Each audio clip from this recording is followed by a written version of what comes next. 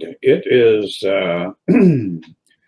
kind of a mellow morning here in the Midwest.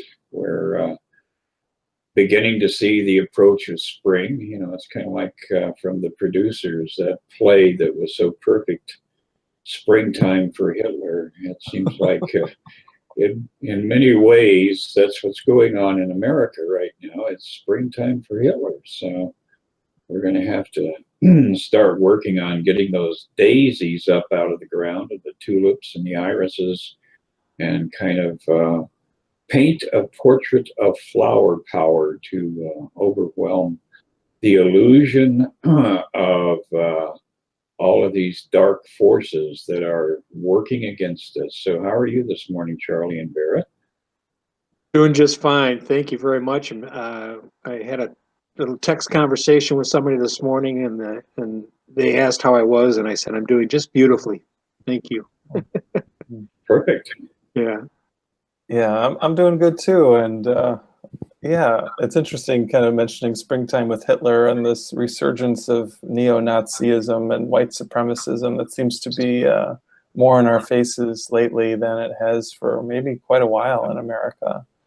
And just what we were talking about, even as we got started here a little bit before, is finding compassion, even for these bad guys, even for these people who it's so easy to see as wrong or bad. And it's not easy, but it's something worth doing, because as we talk about, and as we all know, this idea that as we see our brother, so we see ourselves. So anytime we're seeing someone else as evil, sinful, bad, guilty, wrong, we're actually seeing ourselves as evil, guilty, sad, and all these things. And it's heavy, it's painful, and we don't always make the connection right away. Usually it feels good to unload our guilt onto someone else, at least temporarily. But then the long-term payoff of that is really unpleasant, right? We're dealing with the side effects of that and the challenge. And what's been popping in my mind just on this talk so far is there's that sort of iconic image of the soldier with the gun, and again, the flower power, as you're talking about, putting the flower into the barrel of the gun. You know, it doesn't have to be that form necessarily, but that's the dynamic, right? Can we find that peace? Can we find that love, that compassion, even for these people who are living out violence or thinking about violence or encouraging violence? Can we find compassion for them, even maybe while we're speaking out for love and peace? Can we do so from a place of joy in our hearts? Yeah, very true. And as you were talking, my first thought was running in that direction, that every time we have a shooting, every time we have a stabbing, every time we have any of these things of violence, it all goes back to one image. And, you know, if you're a Christian and have spent time with the Bible, one of the most powerful images in the New Testament is that image of Pontius Pilate, with that bowl of water, washing his hands of the situation. He's basically saying, I'm not going to take on any guilt for you people who want to crucify this man who really doesn't appear to have done anything. And that's the same scenario we go back to over and over again. Are you going to wash your hands, not in the blood of Jesus, but in the water of forgiveness, and you know, that presence of God that is within you? Are you going to step above that and forgive and release, and not feel the that second level of guilt, which is, you know, the crucifixion of God's Son? The first level of guilt, of course, was that idea of the separation from God, and then we attempted to kill God by killing God's Son. And it's all very convoluted, but it's the same story working its way out in the news all over the globe, over and over and over again. Yeah, just as you, I love these conversations, guys. They're just so amazing, because I'm just being led to this whole concept of our attack on God, you know, which is truly what's going on for us in this world of separation. And we just keep telling ourselves story after story after story of just that. You know, when we can dig deep enough and see what's really happening, we're just reinforcing this idea that we are separate from our Father, We are on the throne ourselves. We are in charge, and the defenses need to be there because the attack is coming, and we just don't know of another way to look at it, until we get to this place where we start to say there's got to be another way, because that being in that attack mode on our Father cannot be peaceful in any way, shape, or form. It can only be, as Barret was touching on just a bit ago, a life filled with this pain and this agony and this sadness when we're attacking our Father. That's all we're going to get. And of course, we just keep reinforcing it with every next attack and every next projection of guilt and every next story of separation. We keep reinforcing it, and then we wonder why this world is so screwed up. We just, as we were touching on earlier, we just keep creating it ourselves and making it real for ourselves. Yeah. And this whole idea of attack on God, right? What does the Course say? This world was made as an attack on God. Yep. I mean, that's a pretty clear statement. A lot of people don't like that, right? They want to look at the happy parts of the world. They want to look at the good things that can happen here. And sure, there are happy and good things here, right? Because this is a world of duality. So it has the good, it has the bad, it has the up, it has the down, it has the life, it has the death. But again, the life that's here is not the life in heaven, because the life that Jesus talks about in heaven is eternal. And what we call life here in this world is not true life, right? These experiences in these bodies are really just sort of mockeries of life. And again, this is a challenging idea too, because it really questions the idea of what we are. We really think that we are this body that is mortal, that is frail, that can have good days and bad days, can be healthy and sick. But it's really not our truth. And to start to question that, to start to realize that what we are is simply immortal love. Like, it sounds nice maybe, but we're also terrified by it. So this work is it's very deep. It goes to the essence of who we are. It's questioning our self-concept and replacing our self-concept with the truth of what our self is, which is, again, this endless love. And the way that we do that, as Charlie was saying so nicely, is that we look at the pain that we feel with each of these attacks, whether it's a personal attack in our life or one of these disasters or violent acts that happen on a big scale that kind of go around the globe. We look at these attacks, we look at our feeling of hurt and anger and pain, and then we realize it's not about what's happening here. Our suffering has nothing to do with the story that's unfolding here. We just put it out onto the story and say that's really the cause. But when we get that all of our suffering is actually based on a false idea, that false idea being that we could be separate from God, that we could pull ourselves away from heaven. Once we realize that's not true, it undoes all of it. And that's why the Course is the only system I've found that really gets to the issue, the root of the issue, which is the separation from God, and helps us to undo it. That's why I'm doing it, and that's why I'm here every week talking with you guys, because I know that there's no better way to get to that experience of peace than to look straight on at the terror and the fear, and to ask Jesus to show me, how can I see this with eyes of love, and to keep being willing to listen more and more to his answer. Exactly. And that whole idea of love, when we look at it, we are so conditioned by this world to assume that love is something that is a barter object, that we exchange love like a pound for a pound. And that simply is not true. That is a false understanding of love that is prevalent, that prevails in this realm. But the truth is, love cannot be bartered. It has no demands. It is constant. It is pure. It is life itself. And that's what a lot of people, again, don't quite get, the subtleties of how all of this is integrated. But love and life and God are all three synonymous. They are all one. So once you begin to disassociate your idea of love from that concept of I am generating love and I'm giving my love to this person or that person, and to step into a place of respect and humility and allowing the true source of love to open up within you, then you have an entirely different experience on that level of the concept of love.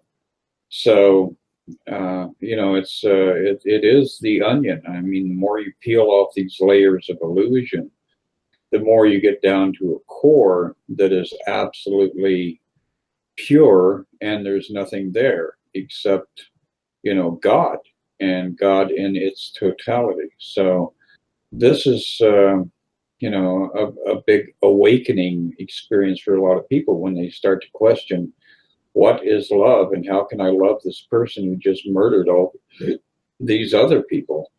Because, you know, if you're trying to approach it from that earthly level of love, you're not going to be able to love and forgive in any way, shape, or form, because that's not what earthly love was designed for. Yeah, as long as yeah, I'm just thinking of that as you're saying, Chris. We can't be serving two masters. You know, we can't have somebody in guilt and love them as well. So it's a wholly different concept, a wholly different way to look at it. It was just is interesting because when you got started today, you mentioned chapter 14. So I popped it open, and as you were talking, I just saw this sentence: "If you are blessed and do not know it, you need to learn it. Must be so." You know, and so what an opportunity, as Barret was just touching on. The reason, you know, that I'm so attracted to this course as well is just that. You know, it keeps teaching me these lessons. I keep learning these lessons, and often it's the same lesson over and over and over again because I'm so quick to forget it. But you know, it's actually not even forgetting. It's just choosing the opposite of it for a while until I catch myself having recognized I've chosen wrongly, and then get to choose again. So, but yeah, I fully agree with what you're saying, Chris. It's just this concept of love that we have here in this illusion is so it's such a story of separation when you see it, because it's almost a story of two bodies, isn't it? You know, it's I'm going to love you and you're going to love me back, and we're going to make a trade. We're going to bargain this thing out. We're going to set this up so we both win, so to speak, you know. And there's no winning in the world of the ego, you know. So if I believe there's something that you have that I can get from you, then I've just reinforced that story of separation. And Exactly. you know, and then I'm gonna what I'm gonna get in that story of separation is duality. And as Barret was touching on earlier, yeah, there's going to be some good sparkly stuff, some good shiny stuff in that story of duality, but the pain is just on the other side of the coin, and I'm getting the whole coin, not just the one face.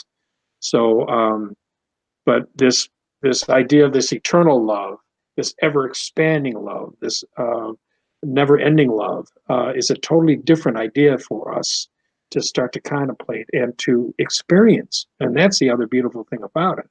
We get to actually start to experience it rather than just contemplate it. And in that experience comes the affirmation that this is real. Yeah, and it's a process. I think you know, that analogy of the onion is so good, right? It's the layers of the onion, and we just peel it back, we peel it back, we peel it back. And I, you know, just working with people who are working on this course and just my own experience, I know, like, you know, you get down to that sixth layer of the onion, and sometimes it can be like, oh, more onion. Can't I be done with onion? And sometimes, you know, I think, you know, these acts of violence too, the school shootings that we're talking about, they're like that. It's like, oh my God, I don't want to have to forgive this again. I don't want to have to keep looking at this. And sometimes it's a different story, that thing that we're just really tired of. And that's why I think for most people, studying this path and following it it's tough. It's tough because it's going to take you right into the stuff that you're most afraid to look at. It's going to take you right into the part of yourself that you're resisting the most.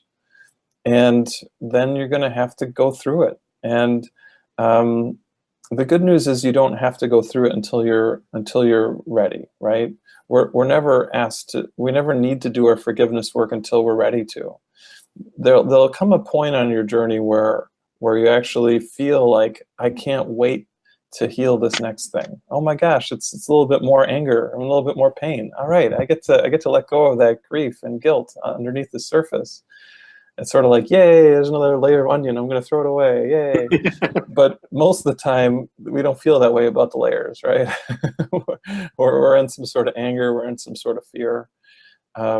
So just remember, as much as you can, when these things come up, that there is a higher purpose for these things.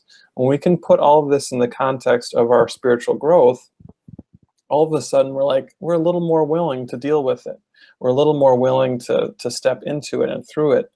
And it just sort of fortifies our step. The other thing I would say is that the healing process is never a process of being alone. A lot of times we can go through life and feel alone, but the healing is always done in combination with Holy Spirit or Jesus or any other symbol for that works for you. So when we can take these steps, we actually remember that we're not alone.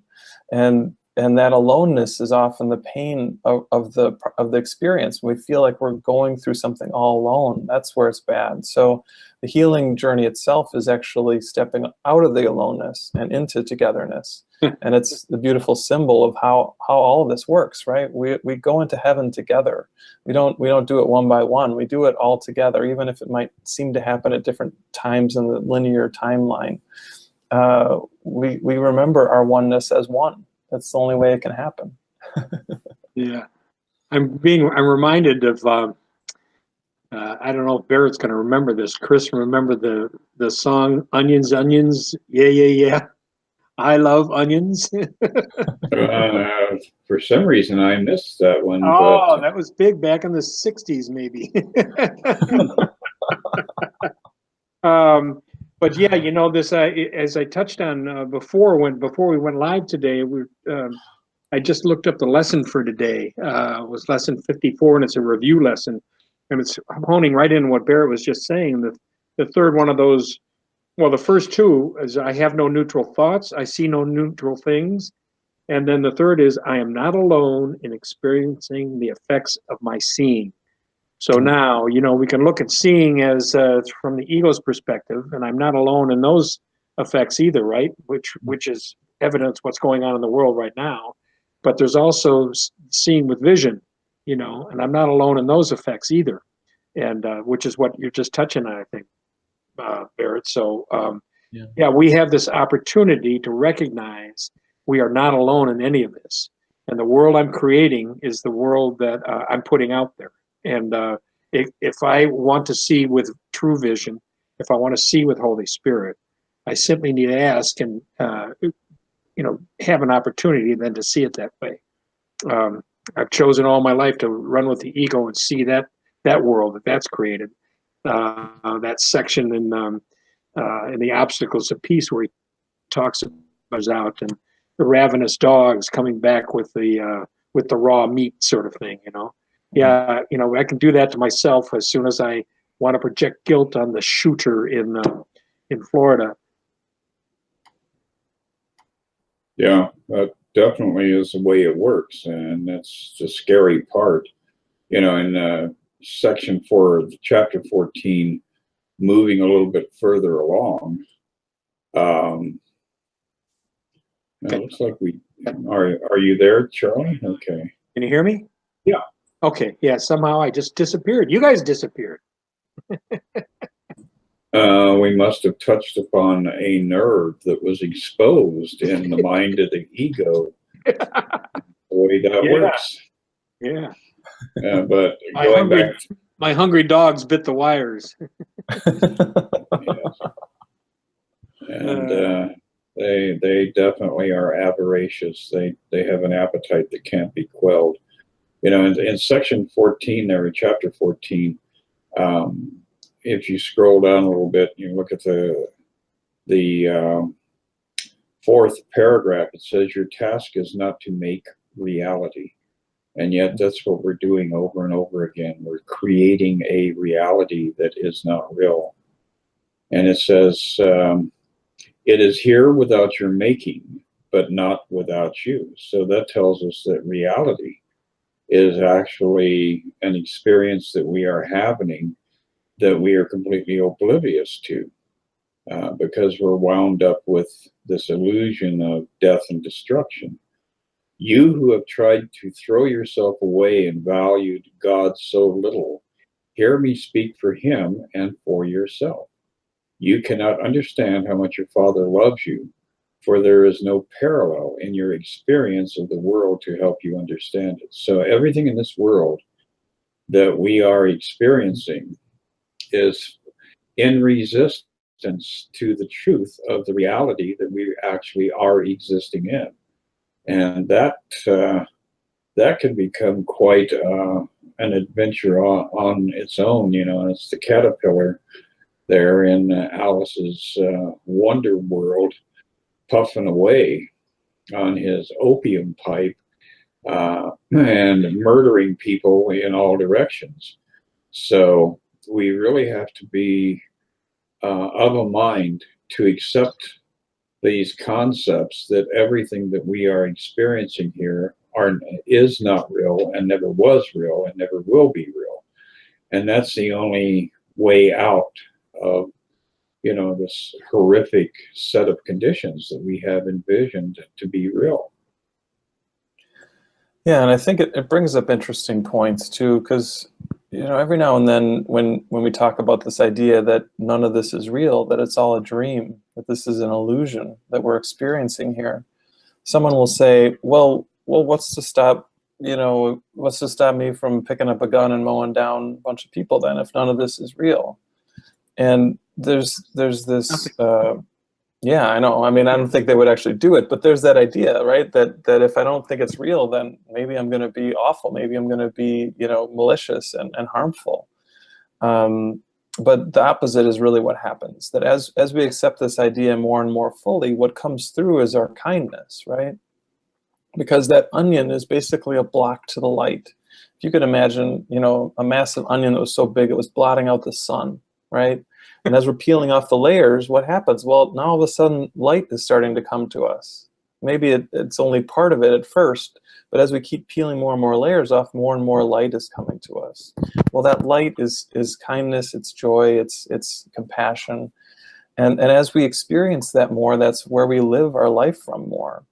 So, you know, we can kind of think of the opposite side of this, which is that if someone had taken the time to teach some of these principles to this young man who went out in desperation and thought this was the best path forward for him, maybe he would have chosen a different path. And I think this goes true for almost anyone who's committing some sort of violent act, that if someone showed them compassion and shared some of these ideas in a way that was loving and kind, or just showed more kindness to them, period, you know, their avenue through life may have turned out differently. So I think that it's sort of like there's a vicious cycle of violence and attack, and it sort of feeds on itself and intensifies itself. But then there's the positive cycle of kindness and love and caring, that if we do that, it also builds on itself. So I think a lot of what we're practicing as we do this is we look at the unkindness to undo it, which basically puts us into that positive cycle of more and more kindness and compassion. Yeah, I'm just thinking it's a real picture of the ego, of an ego victory, isn't it? When you get to a point and you say, there is no other way, rather than maybe there's another way, you know, which is the beginning, like you're saying, of that little crack in the door, the little bit of light coming through, the onion being peeled back some, you know, a little break in the clouds. That's a different view than the one that is just all darkness, all death, all destruction. The ego truly wins in that scenario, and it's the one it wants to win, you know. Well, it definitely perpetuates the dream. There's no doubt about that. But the truth is that, you know, when we can continue on this path of forgiveness, acceptance, and release, it becomes easier and easier to recognize that there is nothing here that constitutes duality. There is only one life, there is only one being, and there is, God, and we are God within God. So all of these different episodes like this that really cry out for healing and for release and forgiveness ultimately propel us even more deeply into the awareness that we exist, we have our being, we have all of our movement, all of our, all of the conditions of life that are real within God itself. And, that can actually turn into a little bit of a frightening idea too, because then you get to that point where you realize that God is formless and God has nothing to do with this material world. So what is God, and are we formless, and where does all of this lead to? So it is a confrontational thing whenever we have these events that cause us to have to go back to that idea that not only is this all an illusion, but there is nothing but God. So that finalizes the illusion, seals it off, and removes us from all of the struggle and pain and sorrow. Yeah, gets us back to that place of, as Jesus talks about so much throughout the Course, you know nothing, right? You're just a baby in all of this, and just understand that whenever you bump up against anything, everything coming at you, whenever you bump up against any of this, come to me, come to Holy Spirit, come to whatever name you want to put on it, and ask for that guidance and that clarity, because there's only one, like Chris is saying, there's only one truth. There's only oneness. Yeah, it reminds me of this part of the Course I was just seeing again, where basically a baby, it doesn't necessarily know what's best for them, right? Jesus says a baby might want to grab onto a scissors or some sharp object that would be very dangerous to them, but the baby just doesn't know, right? It's just baby who wants to grab what it wants to grab, and just like we're that spiritual baby from our perspective, our spiritual path, that we're holding on to the scissors of the concept of death itself, right? This is the ego thought system, and we're grabbing onto it and holding onto it. And even if we're saying, he's bad for killing these people, we're really making the scissors real. We're really holding onto it tight. And Jesus is very clear in the Course. He says actually very plainly, there is no death. Well, if there is no death, then what are we saying? What are we saying happened in this massacre? Well, we're saying that the massacre, from our perspective, is real, but from Jesus's perspective, he's basically saying that it didn't really happen. And this is not some, one of these conspiracy theory kind of ideas that it's all been faked. But this goes to a much deeper level, that this whole experience here, this whole experience of this world of time and space is a dream. And what do we say about what happened in a dream that we had in bed last night? Once we awoke, it's not there. Nothing really happened. And on the deepest level, none of this has really happened. But it doesn't apply to just one part of our story here in space and time. It applies to everything in space and time.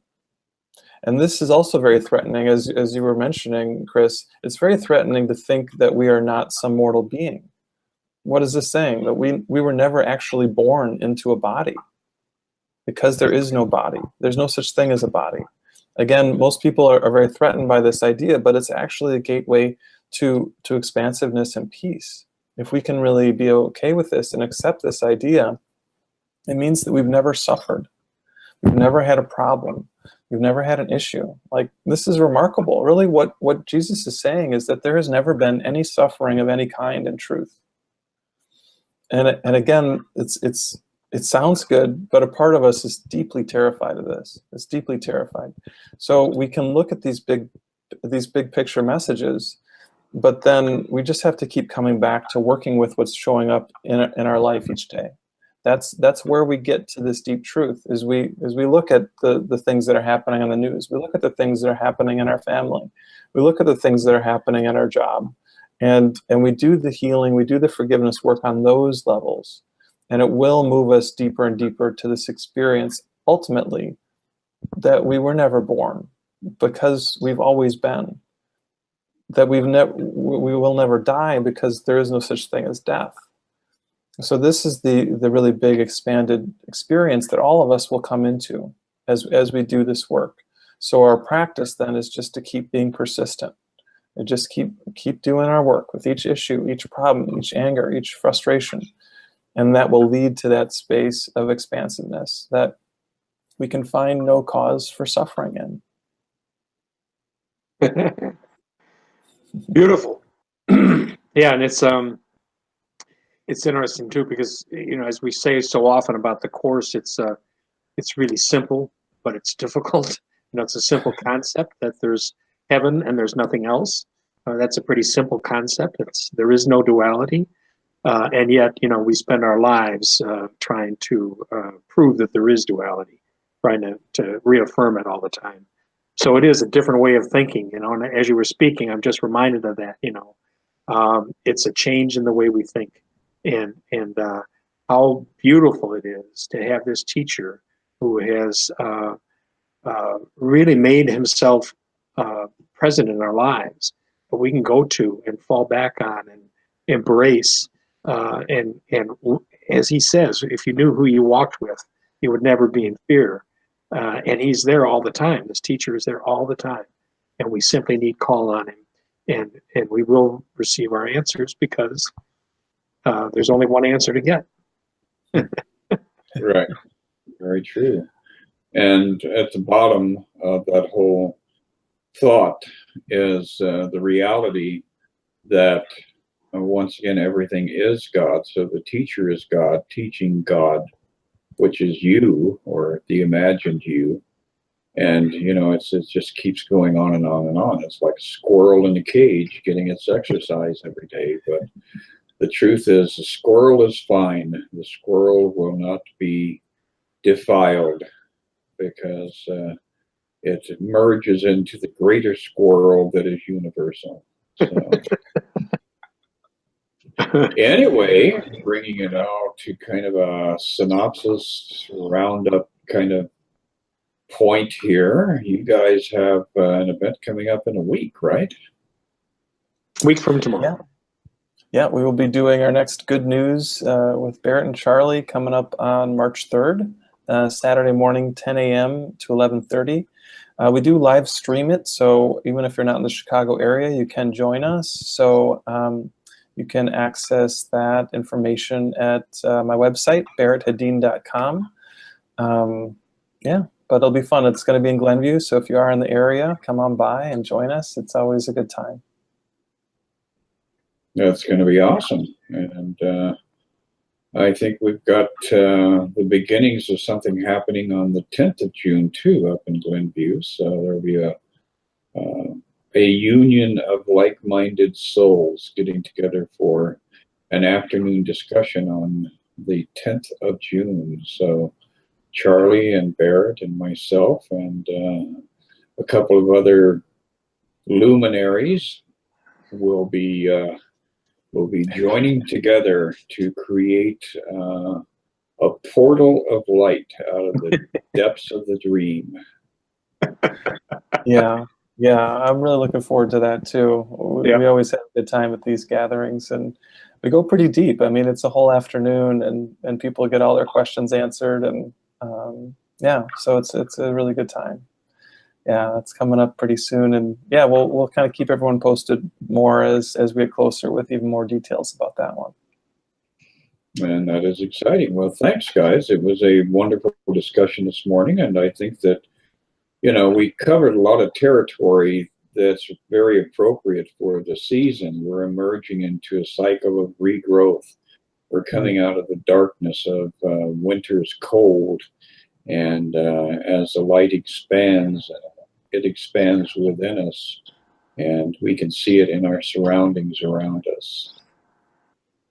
I love it. I love it. Yep. Let's have that regrowth within, right? As within, so without. More light. Yes. We Awesome. are light eaters. Thank Well, you both we'll- very much. Absolutely. We'll reconvene in less than a week next Thursday. So get out there and share the love, pass love around, and we'll all come together in another discussion in 6 days. Thank Look you so forward to much. it. Have a great day, guys. Bye. Thank you.